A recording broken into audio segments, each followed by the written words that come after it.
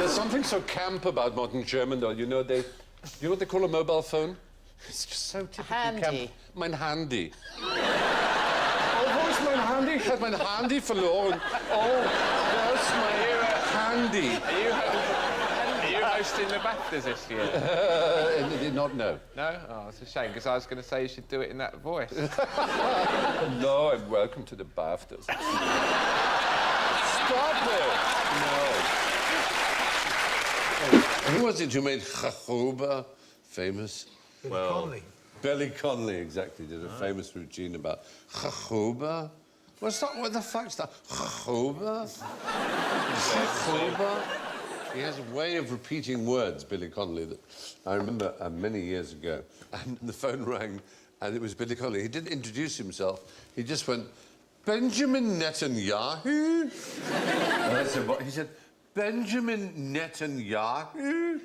And I said, sorry, who is this? He went, Benjamin Netanyahu? What's that about? For fuck's sake, Benjamin Netanyahu? And he put the phone down. I thought, it was Billy Connolly riffing on the name Benjamin Netanyahu. My grandfather always used to call Pythagoras Pythagoras because he was Hungarian, my grandfather. He said, you go to school, you'll learn about Pythagoras. And I was thinking, who's this Pythagoras? And I remember, and I came out, he said, did you do the Pythagoras? I said, no, we've not done any Pythagoras. He said, you ask your mathematics teacher, he must do the Pythagoras. And I said, are we going to do Pythagoras? He'd go, shut up, Fry. So I don't know Pythagoras. And years later, I discovered he meant Pythagoras. He used to pronounce pineapple upside-down cake, Piniopli opshide dovne tsoka.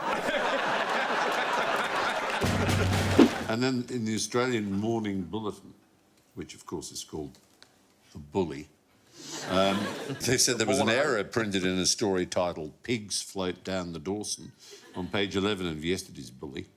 The story by reporter Daniel Burden said that more than 30,000 pigs were floating down the Dawson River. Actually, what the owner of the piggery said was that 30 sows and pigs.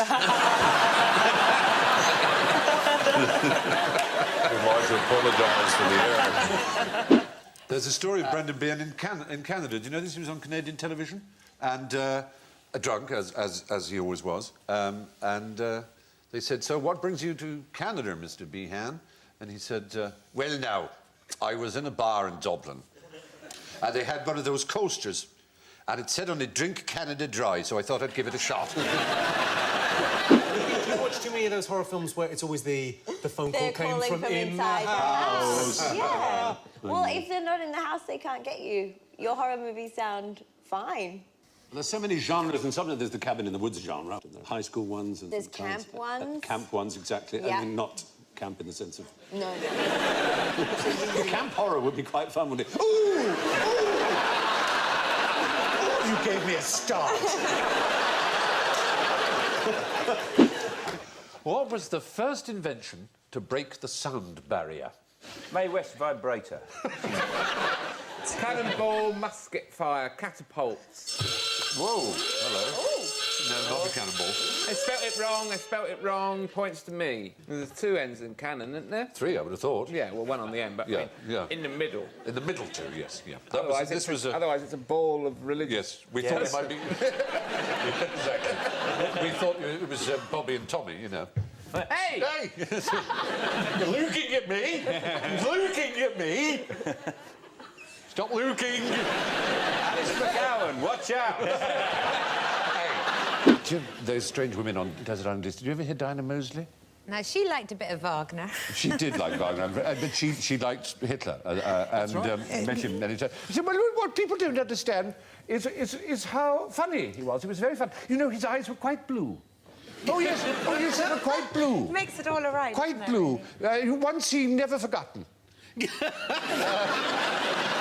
that's all right, then. I met her, and she said to me, of course, you never knew Hitler, did you? Well,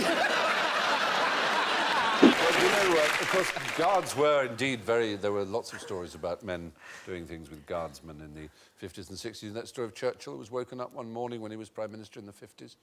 And he said, I'm afraid there's a bit of a scandal, Prime Minister. There's one of our backbench MPs was found with a guardsman in St James's Park in the bushes last night. by the police, and the papers have got hold of it. Churchill said, last night? He said, yes. Churchill said, very cold last night, wasn't it? And the PPA, who said, well, yes, actually, Prime Minister, I believe it was one of the coldest February nights for 30 years. Churchill said, makes you proud to be British.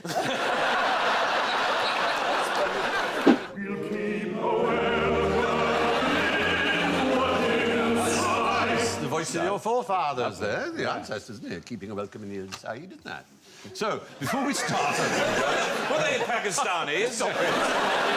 Stop it right now. I'm going to lay down the law. Like the teacher's first day at school, he's strict just so that people are afraid of him. Trying to get all umpteen. Yes. Before we start. Mocking my Welsh accent. Northern Europe. From Cape Town. Welcome to the valleys in Cardiff. This is my accent.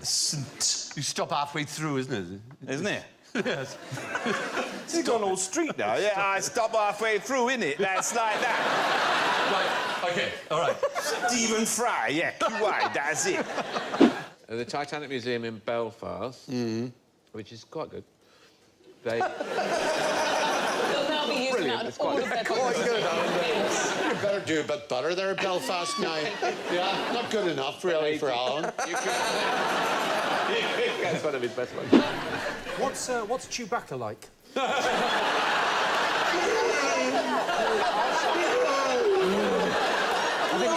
Try and ignore Stephen. Laugh it up, fuzzball.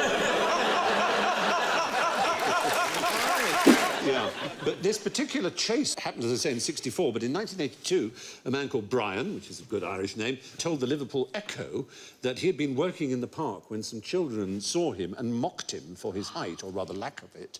And so, joining in the sport, he spoke in sort of sort of Irish gibberish. I know, I'm sorry, I'm doing what he did. Threw sods of earth at them, and they ran away frightened, thinking he was a leprechaun. So, because they called him a leprechaun. Came back with their they brothers. said, "Oh, you're a leprechaun," and he went, "I am that." And so they all said, "Yeah, we saw a leprechaun. We saw, you know, saw a real one, saw a real leprechaun in the park." And so all these kids, you know, they all invaded it. Like a lost episode of Brookside. In 2012, a paper called Gynecomastia in German Soldiers, Etiology and Pathology, looked at the number of breast reductions that were taking place among male members of the German army. 212 German soldiers have had this procedure. Gosh. Which is not inconsiderable, considering being a male soldier. It's presumably embarrassing. Yes, exactly. I just thought, you know, wouldn't it go away? Yeah, but the modern German army is... Yeah, forget all your notions of the Nazi army. We're whole new peoples, you know? We're very at ease with our inner woman, you know? It's really... There's no embarrassment. I can show you my breasts. You know? And I'm not embarrassed at all. It's fine. Do you not think... That's an incredibly sexy accent. It really is. Levity was our theme. Leviticus. Leviticus. So shellfish and... Well, we didn't hear any shellfish, did we? No, we didn't. No. Unless... I'm not sure about An owl, Yeah. a beard being shaved, the rending of cloth, and a pig. So they're all things prohibited. Anything to do with a pig is forbidden. Yeah. Brian Blessed, you can't have Brian Blessed. No, Brian Blessed is not kosher. No. But instead in Glasgow they call it a stoner. Do you know what a stoner? Do you know what it means? Yeah, it means an erection. It means a stuffy, aye. That's the Scottish accent, apparently. Which part of Scotland was that? Well, you know, the part I loved, you know, there's a marvellous story about Maggie Smith when she was going to play Miss Jean Brodie, and she was going, oh, God, I can't do a bloody Scottish accent. And a friend of hers said, well, I've got an aunt who lives in Morningside, which is just the right area for Jean Brodie, that very refined Scottish accent. So call her up and, you know, offer to take her out to tea. And so Maggie Smith called up and said, hello, mine's Maggie Smith. I don't know if you know the novel, The Prime of Miss Jean Brodie. She said, but I'm playing that character, and I'd love... Apparently you have a very, very charming Morningside accent, and I'd like to take you to tea, and maybe with a tape recorder. And there was a very frigid pause. She said, my dear, I have been told I have no accent whatever. Completely insulting. And there are Scots... I remember talking to one Scot who spoke a form of Scottish where he was convinced that everyone thought he sounded English. There is absolutely nothing I am saying which ought to lead you to believe that I am Scottish. Absolutely every vowel is pure English, and yet it sounded more Scottish than the worst Glaswegian drunk in a Soho doorway. Carry on. And you were doing so well. Yes. I knew you. They heard that voice. I don't know what goes there. Really, I've got to say, Stephen, it's been a bewildering array of Scottish. Another man I was very proud to have met, the Hammer film of The Witchfinder General, starred Vincent Price. You just wanted him to say things like, could you pass the mustard, please? I would really appreciate a napkin. I got him to say the line that I loved. It was from one of those films where he's kind of strangely bound up in some weird bandages. Pray speak quietly. Every sound you make is exquisite agony to me. It's usually Australians. Australians get it right. I was on an Ansett flight from Perth to Adelaide, and he started off by saying, oh, we're on our way to Adelaide. Adelaide is not your final destination. Now would be an ideal time to deplane. And then he sort of started talking about the safety. He said, but that's enough yakety-yak from me. He said, it's time to push some service down the aisles and some scenery past the window. In the olden days, a certain class of person virtually ruled the roost in Britain, and that was an aristocrat. Oh.